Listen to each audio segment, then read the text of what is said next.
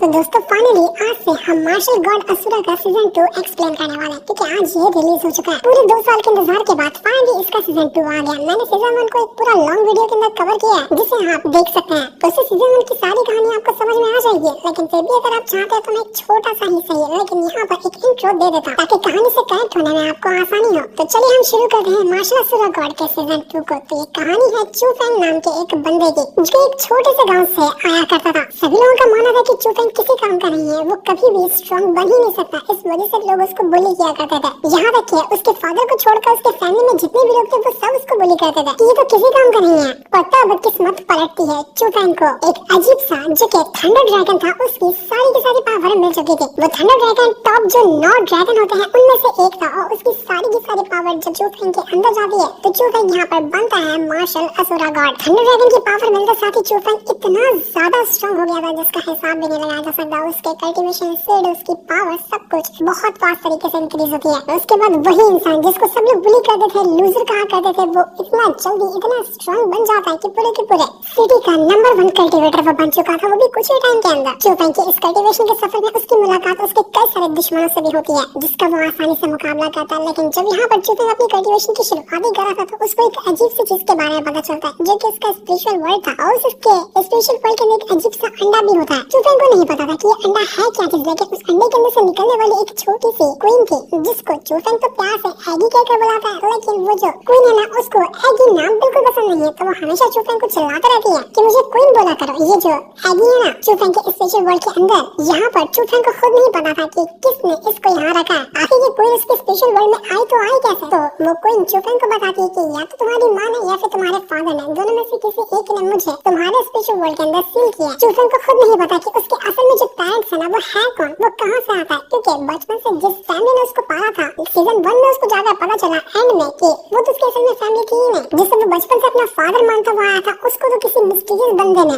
बचपन में ही चू फेंग को उसके हवाले कर दिया था। एक तूफानी रात के अंदर कोई अजीब सा बंदा था जिसने चू फेंग के फादर जो कि उसका सौतेला बाप होगा उसको चू फेंग को उसके हाथ में दे दिया था। तभी से सौतेले बाप ने चू फेंग को बचपन से पाल कर बड़ा किया, लेकिन उसने प्यार में कभी कोई कमी नहीं की। वो चू फेंग को अपने बेटे से भी ज्यादा बढ़कर मानता था। पर दुश्मनों के हाथों चू फेंग के फादर को मारना पड़ा जो जिस चू फेंग से बर्दाश्त नहीं हुए, तो वो निकल गया एक एक करते हुए अपने सारे दुश्मनों को मारने के लिए। इस सफर में चू फेंग को कई सारी पावर मिली, कई सारी टेक्निक मिली और उसने खुद को स्ट्रॉन्ग बनाया। जहाँ हर चीज में चू फेंग का साथ वो जो क्वीन थी वो दिया करती थी। इस सफर के अंदर उसके कुछ दोस्त भी बनते हैं जो कि हमेशा उसके साथ रहने वाले थे। और इस सफर के अंदर चू फेंग को एक व्हाइट टाइगर भी मिलता है जो कि एक स्लॉटरिंग आर्ट था। और इस व्हाइट टाइगर को जो रखा गया था ना बहुत टाइम का एक मार्शल एम्परर था, उसने खुद यहाँ पर छोड़ा था। जो चीज चू फेंग को मिल जाती तो चू फेंग जब भी चाहे ना वो उस व्हाइट टाइगर का यूज कर सकता है। उसकी मदद से चू फेंग अपने सारे के सारे दुश्मनों का मुकाबला करता है। वो सारे दुश्मनों को खत्म करता है और सबको खत्म करने के बाद वो निकल जाता है इस सफर पे ताकि पता लगा सके कि असल में उसके पेरेंट्स हैं कौन। तो यहीं से सीजन 2 की कहानी शुरू होगी जहाँ पर चू फेंग निकलेगा अपने पेरेंट्स का पता लगाने के लिए और उसके पेरेंट्स सच में बहुत ज्यादा मिस्टीरियस है। ऐसी जगह से वहाँ थे जिसके बारे में किसी ने सोचा भी नहीं होगा। चू फेंग की एक और खास बात है कि वो एक स्पिरिटिस्ट भी है। मतलब जो यहाँ पर स्पिरिटिस्ट होते हैं उनके पास एक खास तरह की पावर होती है। उनका एक अलग से क्लान है, उस क्लान के अंदर सारे के सारे स्पिरिटिस्ट ही मौजूद होते हैं। तो चू फेंग एक ग्रे रोब स्पिरिटिस्ट बन चुका है, यानी कि उसने अच्छा परफॉर्मेंस दिखाया तो उसको ग्रे रोब दिया गया है टाइटल। तो चलिए अब हम शुरू करने वाले हैं सीजन 2 को। तो जैसे सीजन 2 शुरू होता है ना हमें यहाँ पर बताया जाता है कि हर 100 साल के अंदर 100 सेट कंपटीशन होता है। मतलब इस कंपटीशन के अंदर 100 सेट आते हैं और जो भी यहाँ पर अच्छा सेट परफॉर्मेंस दिखाता है ना उसको इस कॉन्टिनेंट का नंबर 1 सेट का टाइटल मिलता है। इस सेट कंपटीशन के अंदर जितने भी सेट होते हैं वो सब आते हैं और सभी लोग पूरी मेहनत के साथ अपना बेस्ट देने की कोशिश करते हैं ताकि अच्छा परफॉर्मेंस दिखा सके। और इसी कंपटीशन के अंदर हर बार जो अच्छा बेस्ट परफॉर्मेंस दिखाता है ना वो है लिंक्यून सेट। जब भी लिंक्यून सेट पार्टिसिपेट करता है जीत तो समझो कि उसी की हो गई। लिंक्यून सेट को आज तक कोई भी नहीं हरा पाया और इस बार का भी कंपटीशन लगता है कि वो लिंक्यून सेट ही जीतने वाला है। तो अब हम यहाँ पर एक मिस्टीरियस से बंदे को देख पाते हैं जो कि बहुत ज्यादा डेंजरस लग रहा था और आसमान के ऊपर वो खड़ा होता है। कह रहा था कि एक दिन मैं हेवेंस को अपने सामने झुका दूंगा, अर्थ को अपने हाथों से डिस्ट्रॉय कर दूंगा। ये आसमान, जमीन, सूरज, चांद, जितने भी स्टार वगैरह है ना सब मेरे गुलाम होंगे। सबको जिस तरह से मैं चाहूँ उस तरह से चला सकूंगा। और उस टाइम किसी ने भी मेरे खिलाफ जाने की कोशिश की या फिर मुझे धोखा देने के बारे में सोचा तो मैं सच कह रहा हूँ पूरी की पूरी दुनिया में जितनी भी रैल्स है ना सबको डिस्ट्रॉय कर दूंगा, पूरी दुनिया में ढाकर रख दूंगा मैं फिर। लेकिन ये बंदा था कौन ये तो अभी हमें नहीं दिखाया जाता है। इसके बाद हम देख पाते हैं चूफेंग को जो कि उसी 100 सेट कंपटीशन जो है ना उसके अंदर आया हुआ था। यहाँ पर वो अपने सेट यानी कि किंगलोंग सेट को रिप्रेजेंट कर रहा होता, क्योंकि चूफेंग किंगलोंग सेट का ही एक डिसेबल है ना, तो वो उसी को रिप्रेजेंट करते हुए आया हुआ था। लेकिन जब यहाँ पर वो कंपटीशन ही लड़ रहा था कि उसको वहाँ पर उसी बंदे का सपना आता जो कि कह रहा है कि वो आसमान जमीन सबको मिटा देगा, तो यही सपना यहाँ पर चूफेंग देख रहा था। चूफेंग को अक्सर ये सपना आता है, लेकिन उसको ये नहीं पता कि ये सपना उसको क्यों आता, क्या कनेक्शन है उसका उसी मिस्टीरियस बंदे के साथ। तो जब चूफेंग यहाँ पर उस सपने को याद करता है ना, उसके सामने वाला जो अपोनेंट था वो उसके ऊपर भारी पड़ने लग जाता है। तो वो क्वीन जो कि चूफेंग के स्पेशल वर्ल्ड के अंदर रहती है और अब काफी ज्यादा बदल कर एकदम सुंदर बन चुकी है, वो चूफेंग से कहती है कि चूफेंग क्या कर रहे हो तुम फाइट के दौरान ऐसे सपनों में चले जाओगे तो तुम्हारी तो जान तक जा सकती है, इसलिए आसपास पहले अच्छे से नजर बना कर रखो कि तुम कर क्या रहे हो। देखो हर बार तो मैंने ठेका नहीं लेकर रखा ना कि तुम्हें हर बार मैं आकर बचाऊंगी, इसलिए कभी कभी तुम्हें खुद को भी चारों तरफ से चौकन्ना रखना चाहिए। तो चूफेंग भी कहता है कि क्या करूं मुझे समझ नहीं आ रहा, क्योंकि मुझे वो सपना बार बार आता है, मैं बिल्कुल परेशान हो चुका हूँ सपने से। ऐसा लगता है कि कोई तो ऐसा राज है जो मुझे जानना चाहिए लेकिन मैं जान नहीं पा रहा। तो क्वीन भी कहती है कि अरे ज्यादा ओवर थिंकिंग मत करो, जो भी काम कर रहे हो ना ये कंपटीशन लड़ने का उस पर पहले ध्यान दो, बाद में सारी चीजें सोच लेना। तो अब चूफेंग क्वीन की बात मानते हुए वापस से कंपटीशन में अपना ध्यान डाल देता ताकि इस कंपटीशन को वो जीत सके और अच्छा परफॉर्मेंस दिखा सके। उसके सामने जो बंदा खड़ा था ना उसका नाम था जियांग और ये आता था उसी लिंकिंग सेक्ट से जो कि हर बार बेस्ट परफॉर्मेंस दिखाता है। तो जियांग चूफेंग से कहता है कि चूफेंग एक मामूली से सेक्ट से आया हुआ डिसेबल, तुझे क्या लगता है कि तू सच में हम लिंकिंग सेक्ट के बंदों को हरा देगा? ये तेरा सपना है जो हमेशा सपना ही रहेगा। जितने भी लोग कंपटीशन देख रहे थे ना वो सारे लोग कहते हैं कि हमें तो पक्का पता है कि यहाँ पर जियांग ही जीतने वाला है, क्योंकि हर बार लिंकिंग सेक्ट के बंदे ही परफॉर्मेंस अच्छा दिखाता है। जितना भी पैसा लगाना है ना जियांग के ऊपर पैसा लगा दो, वही हमें ये जुआ जितवा कर रहेगा। तो चूफेंग यहाँ पर जियांग से कहता है कि देख मुझे तेरी बकवास बातों से कोई मतलब नहीं है, मेरे कानों में दर्द हो गया तेरी बात सुनकर, क्योंकि मैं बातों पे ध्यान नहीं देता, मैं फाइट पे ज्यादा ध्यान देता। तो ये सुनकर जियांग गुस्सा हो जाता है कि तेरी हिम्मत कैसे हुई, तूने मुझे बेइज्जत करने के बारे में सोचा, मैं तेरी जान ले लूंगा। वो तुरंत यहाँ पर अपनी पावर का यूज करते हुए चूफेंग के ऊपर अटैक करने के लिए पहुंच चुका था। और अब यहाँ पर चूफेंग और जियांग के बीच में एक कमाल का बैटल शुरू हो जाता है। दोनों तरफ से एक दूसरे के ऊपर वो लोग अटैक कर रहे थे, जहाँ पर नो डाउट चूफेंग बहुत ज्यादा स्ट्रॉन्ग लग रहा था। वो तो हंसी मजाक में और जियांग की वाट लगा रहा था। बाकी लोग कहने लग रहे कि हमने तो सुनकर रखे कि ये चूफेंग ना बहुत ज्यादा मिस्टीरियस और काफी ज्यादा स्ट्रॉन्ग बंदा है, ये जहाँ से आया है वहाँ पर भी इसने कमाल का परफॉर्मेंस दिखाया था, तभी तो उसको इस सेक्शन में पार्टिसिपेट करने का मौका मिला। और फिर बाकियों का कहना होता है कि देखो सामने वाला बंदा कितना भी स्ट्रॉन्ग क्यों ना है, लेकिन हर बार जीत होती है लिंकिंग सेक्ट की, तो इस बार भी उनको जीतने से कोई नहीं रोक सकता। जीतेंगे तो वही लोग। यहाँ पर टोटल 100 सेक्ट मौजूद है और तुम्हें पता है इस किंगलोंग सेक्ट से जहाँ से ये चूफेंग आता है वहाँ से अभी तो सिर्फ 2 ही बंदे आए हुए हैं इस कंपटीशन के अंदर, क्योंकि उनके पास तो कोई ऐसा टैलेंटेड बंदा भी नहीं है जो इस कंपटीशन में पार्टिसिपेट कर सके। तो तुम्हें क्या लगता है कि अकेला चूफेंग पूरा कंपटीशन जीत लेगा? कभी भी नहीं। तो वहीं हम यहाँ पर किंगलोंग सेक्ट के हेड को देखते हैं, वो यहाँ पर उम्मीद लगाया हुआ था कि चूफेंग यहाँ ये कंपटीशन जीतेगा और उसके किंगलोंग सेक्ट का नाम रोशन करेगा। वो कहता है कि चूफेंग मेरे प्यारे डिसेबल, मैंने तेरे ऊपर पूरी उम्मीद लगाई है कि तू हमारे किंगलोंग सेक्ट का नाम रोशन करेगा, तो अच्छा परफॉर्मेंस दिखाना, तो मुझे निराश बिल्कुल मत करना। तो चूफेंग भी यहाँ पर बहुत अच्छा परफॉर्मेंस दिखाता है। वो यहाँ पर वो जो जियांग था उसको बहुत मारता है। जियांग कहने लग जाता है चूफेंग से कि देख तेरा किंगलोंग सेक्ट कितना ज्यादा गरीब है, उन्होंने तुझे कोई वेपन भी नहीं दिया, तो बिना वेपन के मुझसे लड़ने के लिए आ गया, मेरे पास देखना कितने कमाल के वेपन है। तो चूफेंग उससे कहता है कि यहाँ पे बचकाने, तो जैसे अचकाने बचकाने को मारने के लिए मुझे वेपन की जरूरत ही नहीं है, मेरा एक ही हाथ काफी है, तो वेपन का मैं अचार डालूंगा क्या? वो तुरंत ही यहाँ पर उस जियांग का वेपन छीनता है और उल्टा उसके वेपन से उसके ऊपर अटैक करना शुरू कर देता है। ये देख कर जियांग एकदम हैरान रह चुका था। वो कहता है कि नहीं, ये नहीं हो सकता, तूने मेरा वेपन छीन कैसे लिया, मेरे हाथ से ये निकला कैसे? तो चूफेंग कहता है कि अरे बच्चे ना इस खतरनाक वेपन से नहीं खेलते, ये काम मुझ जैसे पावरफुल बंदों का है, तो ले तेरा वेपन मैं तुझे वापस करता, लेकिन ये वेपन ही आज तेरी जान लेने वाला है। सारे के सारे लोग जो कंपटीशन देखने आए थे वो लोग कहने लग जाते कि भाई साहब देखो तो ऐसा लग रहा है कि लिंकिंग सेक्ट का डिसेबल हारने वाला है, जो आज तक कभी नहीं हुआ। वो लग रहा है कि चूफेंग करके दिखाएगा। अगर लिंकिंग सेक्ट का कोई भी डिसेबल हारा ना तो इस सेक्ट की तो बड़ी बदनामी होगी। तो ये सुनकर वो जो जियांग था वो चूफेंग से कहता कि बस बहुत हो गया, तब से मैं तुझे अंडर एस्टिमेट कर रहा था, लेकिन अब नहीं, अब मैं अपनी पूरी फुल पावर को अनलीश करने वाला हूँ। वो तुरंत यहाँ पर अपनी 10,000 हैंड्स टेक्निक को यूज कर लेता है, जिस वजह से उसके 10,000 हैंड्स के क्लोन बन चुके थे और उसकी वजह से वो चूफेंग की जान लेने वाला तैयार था। लेकिन चूफेंग को कोई फर्क नहीं पड़ता, वो बिंदास वहाँ पर खड़ा था उस जियांग को मारने के लिए। वो तुरंत ही अपना ऐसे जियांग का वेपन उठाता है और उसकी वजह से वो जा चुका था उसी के ऊपर उल्टा अटैक देकर मारने के लिए। और एक ही अटैक में वो जियांग के ऊपर खच्चे उड़ा देता, वो धज्जियां उड़ चुकी थी उसकी, जिससे होता यह है कि ये जो राउंड था इसको चूफेंग ने जीत लिया था। और अब यहाँ पर चूफेंग ने जो परफॉर्मेंस दिखाया ना, इसके चलते उसको एलीट डिसेबल की लिस्ट में शामिल कर दिया गया था। यानी कि कंपटीशन में जितने भी लोगों ने अच्छा परफॉर्मेंस दिखाया ना उनको एलीट डिसेबल में शामिल किया जाता। तो अब चूफेंग की भी उसमें रैंकिंग जा चुकी थी। और अब फार्मिंग कर दी यहाँ पर चुफेंग ने। तो सारे के सारे लोग ये देखकर बिल्कुल हैरान हो चुके थे कि कमाल कर दिया चुफेंग ने। वो एक नॉर्मल सेक्ट से आया हुआ बंदा लिंगन सेक्ट के डिसेबल को हराया ही नहीं बल्कि पूरा इज्जत का कबाड़ा कर दिया लिंगन सेक्ट का। चुफेंग कहने लग जाता कि मैंने तो लिंगन सेक्ट के बारे में बहुत कुछ सुनकर रखा था, लेकिन आज जाकर पता चला कि वो लोग तो किसी काम के नहीं है। ऐसा कुछ खास टैलेंट भी नहीं है उनके अंदर जिसकी मदद से उनकी इतनी तारीफ होती है। नल्ला ही तो निकले सारे के सारे। तो जैसे ही जियान यू हारा था ना, वहाँ पर हम देख पाते हैं उसके बड़े भाई को जिसका नाम था आओयन। तो उसको बहुत ज्यादा गुस्सा आता है कि ये घटिया मेरा छोटा भाई, इसने तो हमारे सेट की इज्जत नीलाम कर दी। इसको तो भाई कहने में भी शर्म आ रही है मुझे। इतना ज्यादा लूजर ये कैसे हो सकता है। साथ ही साथ हम वहाँ पर वो ब्लू रोब स्पिरिटिस्ट को भी देख पाते हैं। ये वही स्पिरिटिस्ट है जिसने लास्ट सीजन में भी चुफेंग की मदद की थी। और चुफेंग और ये ब्लू रोब स्पिरिटिस्ट जिसका नाम फेंगयान है, वो दोनों काफी अच्छे दोस्त हैं। तो फेंगयान कहने लग जाता है उस लिंगन सेट का जो लीडर है जिसका नाम यांकियान है उससे कि देख बेटा तेरे तो डिसेबल किसी काम के नहीं है। मेरा ना एक क्लिन मैंशन है, वहाँ पर मैं डिसेबल को ट्रेनिंग देता हूँ। एक काम कर अपने डिसेबल को मेरे पास भेज दे क्योंकि तेरे बस के नहीं है डिसेबल को ट्रेनिंग देना। मैं उनको सोल्जर, मैं उनको योद्धा बना दूंगा।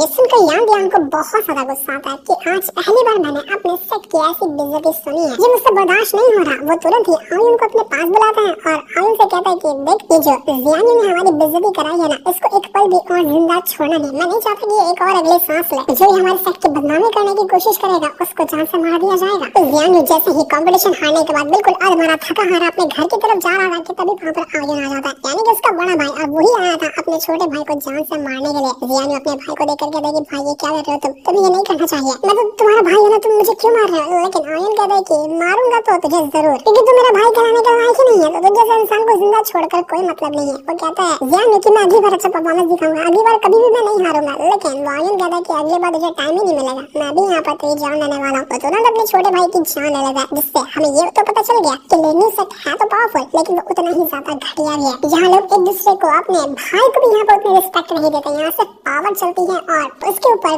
कोई भी इनके लिए रिश्ता है ही नहीं। तो वहीं हम चुफेंग को देख पाते हैं, वो अपना अगला राउंड खेलने के लिए आ चुका था जिसका मुकाबला होने वाला था लिनफेंग नाम के एक बंदे के साथ। तो लिनफेंग यहाँ पर चुफेंग के साथ फाइट तो करने आता है, लेकिन वो ज्यादा कुछ कर नहीं पाता और एक ही बार में चुफेंग ने उसको हरा दिया था। एक के बाद एक करते हुए जितने भी राउंड चुफेंग को मिलते हैं ना, चुफेंग हर एक राउंड को वो जीतता जाता। वो अभी तक एक बार भी नहीं हारा था। और इसके बाद चुफेंग का नाम रोशन हो जाता है। उसको रिकॉर्ड बुक के अंदर अपना नाम लिखने का मौका मिलता है, जिसमें से टॉप डिसेबल जो बहुत अच्छा परफॉर्मेंस दिखाते हैं ना, उनको ही ये मौका दिया जाता है। तो चुफेंग ने भी अपना नाम रिकॉर्ड बुक के अंदर लिखवा लिया था। सारे के सारे लोग चुफेंग की खूब तारीफ करते हैं। हमने तो उसके बारे में ढंग से सुना भी नहीं था, लेकिन जब इसने आया तो तहलका मचाया। इसके वजह से ही चुफेंग वहाँ से आगे बढ़ा था कि आयुन उसके पास आ जाता है और चुफेंग से कहने लग जाता है कि चुफेंग तो बहुत ज्यादा टैलेंटेड है, मुझे तेरा टैलेंट पसंद आया, तो मैं तुझे ऑफर देने के लिए आया। क्या तू हमारे लिंगन सेट को ज्वाइन करना चाहता है? तुझे सब कुछ मिलेगा, बहुत अच्छे से ट्रीट किया जाएगा, जो चाहिए जो चीज की तू डिमांड करेगा सब कुछ हम तुम्हें ला कर देंगे, बस हमारे सेट को ज्वाइन कर ले। जो चीज तुझे मिलने वाली है ना, वो तेरे किंगलोंग सेट के अंदर तुझे जिंदगी में कभी नहीं मिलने वाली। तो ऐसा मामूली सेट को छोड़कर आ जा हमारे साथ। तो चुफेंग कहता है कि चल दे, रास्ता खाली कर जाने दे मुझे यहाँ से, तेरे ऐसे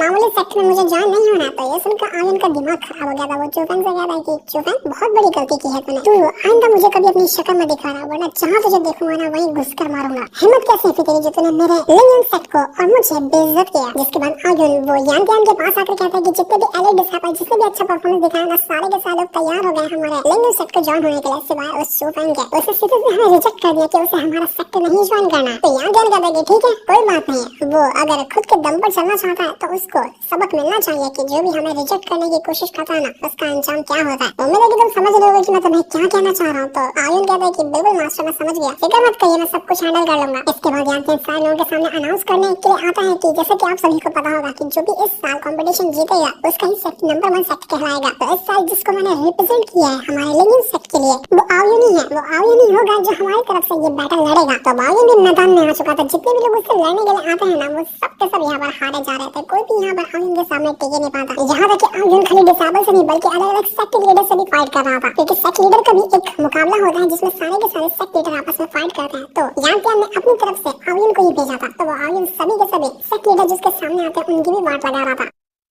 कंपटीशन देखने वालों को यकीन ही नहीं होता कि ये हो क्या रहा है। ऐसा लगता है ना कि ये कंपटीशन तो सिर्फ एक बहाना है, बल्कि ये लिंगन सेट वाले अपने दुश्मन सेट को ना बर्बाद करने के लिए ही ये कंपटीशन करा रहा है। जैसे उनको मौका मिल रहा है वो अपने सारे दुश्मन सेट के लीडर को ही उनकी वाट लगा दे रहे हैं। तो बारी आई थी यहाँ पर किंगलोंग सेट के सेट लीडर की फाइट करने की। उसी आयुन के साथ चुफेंग अपने सेट लीडर से कहता है कि देखिए आपको जाने की जरूरत नहीं, जैसे उस यांकियान ने भेजा है ना अपनी तरफ से इस आयुन को फाइट करने के लिए, मैं भी आपकी तरफ से जाऊंगा इस आयुन का मुकाबला करने का। सेट लीडर कहता है कि देखो मैं किंगलोंग सेट का सेट लीडर हूँ, मैं ऐसे पीछे नहीं हट सकता, मैं डरपोक नहीं हूँ सियान कियान की तरह। सेक्रेटरी बैटल एरिया के अंदर आकर तैयार हो जाता है आर्यन के साथ मुकाबला करने के लिए। देखते देखते दोनों का बैटल शुरू होता है, जहाँ पर वो आर्यन तो सीधा सेक्रेटरी का मजाक उड़ाने लग गया कि बढ़ोतरी टांगे बूढ़ी हो चुकी है, तेरा स्पीड भी उतना खास नहीं है, मैं चाहूँ तो 2 सेकंड में तेरी जान ले सकता हूँ। तुरंत यहाँ पर सारे के सारे अटैक को जो सेक्रेटरी को डिस्ट्रॉय करने लग जाता है। सेक्रेटरी कोशिश तो करता है लेकिन कुछ खास फायदा होता नहीं और उनकी हालत खराब होने लगी थी। आर्यन कहता है कि अबे मैंने कहा था ना कि तू बूढ़ा हो गया, देख तरीके से हाथ कांप रहे हैं, तेरे बस की बात नहीं है, तो एक काम करता हूँ तुझे यहाँ से दुनिया से उठा देता हूँ, कम से कम तुझे ऊपर जाकर सुकून तो मिलेगा। तो ये सुनकर सेक्रेटरी तुरंत अपनी 10,000 स्वॉर्ड ऑरिजिन टेक्निक को वो यूज कर लेते हैं, जिसमें से 10,000 स्वॉर्ड वहाँ पर समा हो चुकी थी जो कि तैयार होती है उस आर्यन की बॉट लगाने के लिए। ये टेक्निक काफी कमाल की लग रही थी, जिसमें से कुछ अटैक को जाकर आर्यन को लगते हैं। आर्यन अपने आप को बचाने की कोशिश में लगा हुआ था,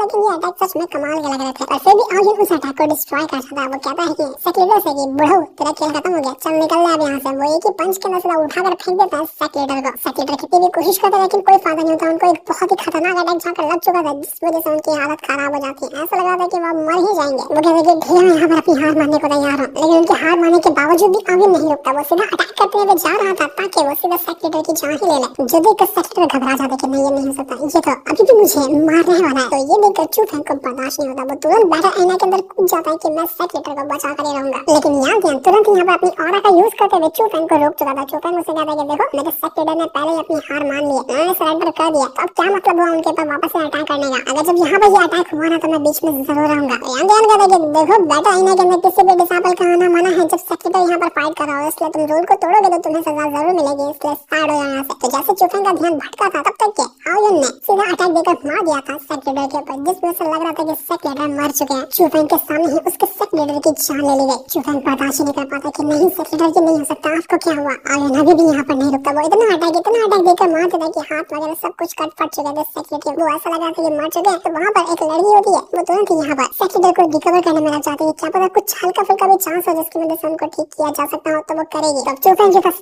आर्यन को चैलेंज कर रहा है कि आर्यन मैं तेरे साथ एक लाइफ और डेथ का बैटल लड़ना चाहता हूँ, तूने यहाँ पर जो मेरे सेक्रेटरी के साथ किया ना, तुझे छोड़ूंगा नहीं मैं, हिम्मत है तो मेरा लाइफ और डेथ का बैटल एक्सेप्ट कर। तो आर्यन कहता है कि अबे अच्छी बात है, मैं तो यही मौके की तलाश में था कि कब हम दोनों का मुकाबला होगा, तूने तो खुद ही यहाँ पर कह दिया कि हम दोनों मुकाबला करते हैं, तो फिर देरी किस बात की, आजा लड़ते हैं। इस आर्यन ने अपनी मौत को ही दावत दे दी थी अपने पास बुलाने के लिए, तो अब चू फेंग कहाँ रुकने वाला था। यहाँ ध्यान कहते कि देखो ये जो फाइट हो रही है ना, इसका कंपटीशन से कोई लेना देना नहीं, ये सिर्फ एक पर्सनल फाइट होगी जो कि होगी चू फेंग की और उस आर्यन के साथ। दोनों में अगर कोई मर भी जाता है तो कोई फर्क नहीं पड़ना चाहिए, और नतीजे जहाँ पर कुछ भी क्यों निकल कर आए, बाहर का कोई भी इस फाइट के बीच में उंगली नहीं कर सकता। तो फेंग उस यान ध्यान से कहता कि अबे बेटा तुझे क्या लग रहा है कि चू फेंग को जरूरत पड़ेगी किसी बाहर वाले के हेल्प की, बल्कि तेरे ही आर्यन को हेल्प लगने वाली है। देखता हूँ कि जब उसको हेल्प लगेगी ना तो कौन जाता है बीच में, मैं उसको रोकने के लिए आऊंगा। अब बेटा आर्यन का तो खेल खत्म है, चू फेंग उसको जान से मार डालेगा। तो अब यहाँ पर चू फेंग और आर्यन दोनों तैयार हो चुके थे एक दूसरे से मुकाबला करने के लिए। चू फेंग सीधा अपनी पावर का यूज करते हुए भिड़ जाता है आर्यन के साथ, और इनका जो बैटल था वो बहुत ज्यादा कमाल का था। दोनों एक दूसरे के ऊपर एक के बाद एक करते हुए अटैक करते जा रहे थे, जहाँ पर आर्यन भी काफी कमाल का लग रहा था। अब वो कई अच्छी टक्कर देता है चू फेंग को, लेकिन चू फेंग रुकने वाला नहीं था। चू फेंग तुरंत अपने असुर गॉड की लाइटनिंग पावर को यूज करता है, जिसकी मदद से तो वो यहाँ पर आर्यन के सारे अटैक को डिस्ट्रॉय कर चुका था। तो ये देखकर वो आर्यन भी हैरान रह जाता है कि अरे वाह तूने मेरा अटैक को रोक लिया, ये तो अच्छी बात है, तेरे पास और भी अच्छे अटैक है, तो तेरे साथ फाइट करने में मजा आएगा। दोनों के बीच में एक बार फिर से कमाल का बैटल शुरू हो चुका था। वो दोनों एक दूसरे की जान लेने की कोशिश करते हैं, जहाँ पर चू फेंग अपने किंग लॉन्ग सेट की एक और खास टेक्निक को यूज कर लेता है, जिसका नाम ड्रैगन रोअर टेक्निक था, और उसकी मदद से वो तैयार था आर्यन को मारने के लिए। तो आर्यन भी कहता है कि बहुत दिनों बाद मुझे ऐसा मौका मिला जब मैं किसी इंसान को जिंदा चबा सकता हूँ। मेरा बहुत दिन से सपना था कि मैं किसी इंसान को सीधा जिंदा ही निगल जाऊँ, और आज मुझे यहाँ पर चू फेंग शिकार मिल चुका है। मुझे ये करने से कोई रोकने भी नहीं आएगा। वो तुरंत यहाँ पर अपनी हाईएस्ट पावर को यूज करते हुए चू फेंग के ऊपर अटैक करने को तैयार था, लेकिन चू फेंग भी उसके सभी अटैक रोकता चाहता है। वो ड्रैगन रोड टेक्निक की मदद से एक भी अटैक को अपने करीब आने ही नहीं देता। आर्यन अपने सभी अटैक करने की कोशिश करता है, लेकिन उसके हर एक अटैक नाकाम रहते जा रहे थे, कोई भी खास वो अटैक कर नहीं पाता, और चू फेंग ने उसकी बॉट लगा कर रखी थी, लेकिन फिर भी आर्यन रुकने को तैयार नहीं। तो चू फेंग क्वीन से कहता है कि कोई नहीं, यहाँ पर मेरी हेल्प करो ताकि मैं इस आर्यन की धज्जियां उड़ा कर रख सकूं। तो क्वीन तुरंत ही अपनी पावर को चू फेंग के साथ मर्ज करने लग जाती है, जिस वजह से चू फेंग के अंदर से ऐसी भयंकर पावर अनलीश हुई थी जिसका हिसाब भी नहीं लगाया जा सकता। और उसने एक ही बार के अंदर आर्यन को ऐसा मारा था कि आर्यन का भरता बन जाता, वो उसका पूरा धज्जियां उड़ा चुका था। खून की उल्टियां करते हुए यहाँ पर आर्यन थक नहीं रहा था, क्योंकि चू फेंग चुफेंग ने यहाँ पर अपनी इतनी खतरनाक अटैक को यूज किया था, इस वजह से आयुन इतना बुरी तरीके से इंजर्ड हुआ था जिसका हिसाब नहीं लगाया जा सका। यांग चुफेंग को देखकर कहता है कि अगर हमने इसको ऐसे ही खुला छोड़ दिया, इसको स्ट्रांग बनने दिया ना, तो हमारे फ्यूचर के जितने भी प्लान है उसको सबको ये बर्बाद कर देगा। ये हमारे लिए एक बहुत बड़ा खतरे की घंटी बन सकता है। जब छोटी जड़ है ना तभी इसको खत्म किया जाए तो बेहतर होगा, वरना मुसीबत और ज्यादा बढ़ने वाली है। तो यांग आयुन से कहता है कि अपनी जो इविल टेक्निक है ना उसको यूज करो। क्यों छुपा कर रखे हो उस टेक्निक को? जिस टेक्निक का यूज करना करो और बस यहाँ पर इस चुफेंग की जान ले लो। तो उसी इविल टेक्निक को यहाँ पर आयुन यूज करने लग गया था। वो आयुन कहता है कि मैंने बहुत कम इस टेक्निक को यूज किया, लेकिन जब भी यूज करता हूँ ना बड़ा मजा आता है। सभी लोग देखकर कहने जाते कि भाई साहब ये तो कोई डिमोनिक टेक्निक है, कितनी ज्यादा डेंजरस लग रही है। ये आयुन करने क्या वाला है? ये इंसान नहीं बल्कि शैतान बन गया है। कोई यहाँ पर चुफेंग से बता दे कि जो इसने टेक्निक को यूज किया ना इसको कहते हैं डिमोनिक ब्लड आर्ट। ये एक फॉरबिडन टेक्निक है जो कि कई सौ साल पहले दुनिया से गायब हो गई थी। किसी को पता ही नहीं था कि ये टेक्निक असल में गई तो गई कहाँ पर। इस टेक्निक को स्ट्रॉन्ग बनाने के लिए कई सारे लोगों की जान लेनी पड़ती है और तभी जाकर ये टेक्निक को कंट्रोल में किया जा सकता है और इसको और ज्यादा स्ट्रॉन्ग बनाया जा सकता है। ये टेक्निक में पावर तो बहुत ज्यादा देती है, लेकिन अगर तुमने इसको कंट्रोल नहीं किया तो ऐसा ब्लैक बैकलैश देखिए जिसका हिसाब भी नहीं लगाया जा सकता। और इंसान से अब एक डीमन बन चुका था जो कि बहुत ज्यादा डेंजरस लग रहा था। और उसके बाद वो तैयार था चुफेंग का भर्ता बनाने के लिए। वो कहता है कि चुफेंग देख ये मेरा ट्रम्प कार्ड है, मैंने अपना ट्रम्प कार्ड तो दिखा लिया कि मैं किस तरह से तेरी जान लेने वाला। तेरे पास कोई ट्रम्प कार्ड बचा है क्या? अगर बचा तो यूज कर ले, क्योंकि अगर तो उसको यूज नहीं करेगा तो मैं तेरे को दो थप्पड़ के अंदर मार दूंगा, जो कि मुझे नहीं करना है। तो दिखा कि तू और कौन सी टेक्निक को छुपा कर रखा है, बराबर की टक्कर होनी चाहिए तभी तो मजा आएगा, वरना मुझे कच्चा भी खा जाऊंगा। वो तुरंत चला जाता है चुफेंग के ऊपर अटैक करने के लिए। चुफेंग यहाँ पर उसके ऊपर अटैक करने की कोशिश तो करता है, लेकिन अब यहाँ पर आयुन इतना ज्यादा स्ट्रॉन्ग हो चुका था कि चुफेंग की पावर उसके आसपास भी नहीं लग रही थी। आयुन तो उसके सभी अटैक को डिस्ट्रॉय करता और सारे वेपन को चुफेंग के रोकता जाता। कुछ समझ नहीं आ रहा था कि अब यहाँ पर चुफेंग कैसे ये मुकाबला करेगा। तब चुफेंग अपना ट्रम्प कार्ड बाहर निकालता जो कि उसके ग्रेट रूबी स्पिरिटिस्ट होने की पावर थी, क्योंकि वो एक स्पिरिटिस्ट भी है ना। तो जैसे उसने अपनी पावर को यूज किया उसके अटैक इतने ज्यादा कमाल के थे कि वो आयुन हालांकि डीमन बन गया था, लेकिन फिर भी वो यहाँ पर उस अटैक के सामने नहीं रुक पाता। चुफेंग उससे कहता है कि बेहतर होगा कि तू सबके सामने झुक और जितने भी सेक्रेटर को तूने यहाँ हराया है ना सबसे तो माफी मांगती कि सेक्रेटर को इस तरह से ह्यूमिलेट करना